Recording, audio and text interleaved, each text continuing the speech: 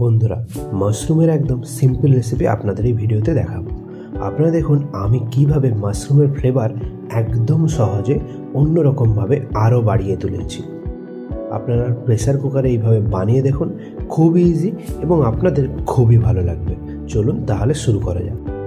বন্ধুরা, মাশরুম মশলা বানানোর জন্য 250 গ্রাম মাশরুম নিয়েছি। মাশরুমের শুধু কাটতে হয় এই নিচের অংশটাই। আমাদের মাশরুম একটু দেখতে খারাপ, কারণ এটি আমি আমার বাড়ির কাছের একটি ফার্ম থেকেই সংগ্রহ করেছি, কিন্তু এর টেস্ট কিন্তু খুবই দারুণ। মাশরুমটা পরিষ্কার করার জন্য অল্প আটা নিয়েছি। অল্প আটা নিয়ে ঘষে ধুয়ে নিন। ঘষে ধুয়ে নিয়ে 2 থেকে 3 বার জল দিয়ে ভালো করে ধুয়ে হাফ বা 4 ভাগ করে মাশরুমগুলোকে কেটে নিন। আপনারা আপনাদের পছন্দ মতো ছোট বা বড় করে কেটে নিন। এবার মাশরুম ম্যারিনেট করতে হবে। ম্যারিনেটের জন্য শুধু নিয়ে নিলাম 1 টেবিল চামচ মিট মশলা। আপনারা যদি মিট মশলা ব্যবহার করতে না চান, তাহলে আপনাদের কাছে যে মশলাটা বাড়িতে পড়ে আছে সেটাই দিয়ে দেবেন। মশলা দিয়ে মাখিয়ে 15 থেকে 20 মিনিট রেখে দেবেন। 2টো পেঁয়াজ, 2টো টমেটো, 6টা রসুনের কোয়া ও অল্প আদা ও 2টি লঙ্কা নিয়ে নিয়েছি গ্রেভি বানানোর জন্য। প্রেসার কুকারে রান্নার এটাই সুবিধা যে সবকিছু যেমন খুশি করে কেটে নিন।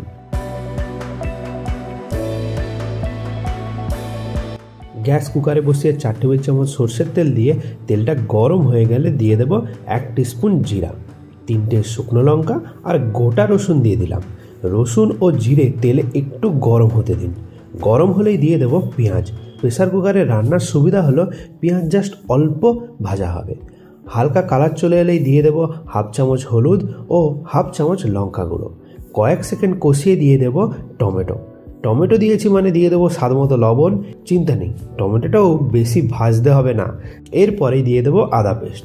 জাস্ট 1 মিনিট কষিয়ে নিয়ে দিয়ে দেবেন 1 কাপ জল দিয়ে কুকারে ঢাকনা লাগিয়ে মিডিয়াম ফ্লেমে 2টো সিটি দিয়ে গ্যাস অফ করে দিন।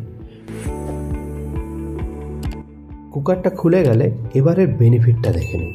একটা রসুনের কোয়া নিয়েছি আর হালকা করে প্রেস করলেই দেখুন একদম থেতো হয়ে যাচ্ছে। এবার একটি ডাবু হাতা নিয়ে এইভাবে মশলাটা থেতো করতে করতে পুরো জলটা শুকিয়ে নিতে হবে।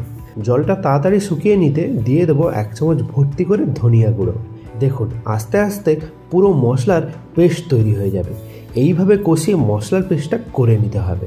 গ্রেভি তো তৈরি হয়ে গিয়েছে, তাই এটা সাইডে করে ফ্রাই প্যান বসিয়ে ফুড ব্লগারদের ফেভারিট বাটার দিয়ে দেবো। এবার এতে মাশরুম আর কাঁচা লঙ্কা দিয়ে একদম হাই ফ্লেমে 3 মিনিট মাশরুমটা রোস্ট করে নিচ্ছি।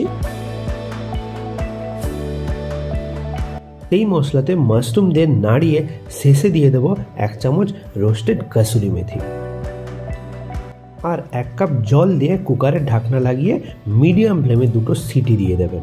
2টো সিটি পরে প্রেসার কুকার ঠান্ডা হয়ে খুলে গেলে খুবই টেস্টি সবজি তৈরি হয়ে ওঠে।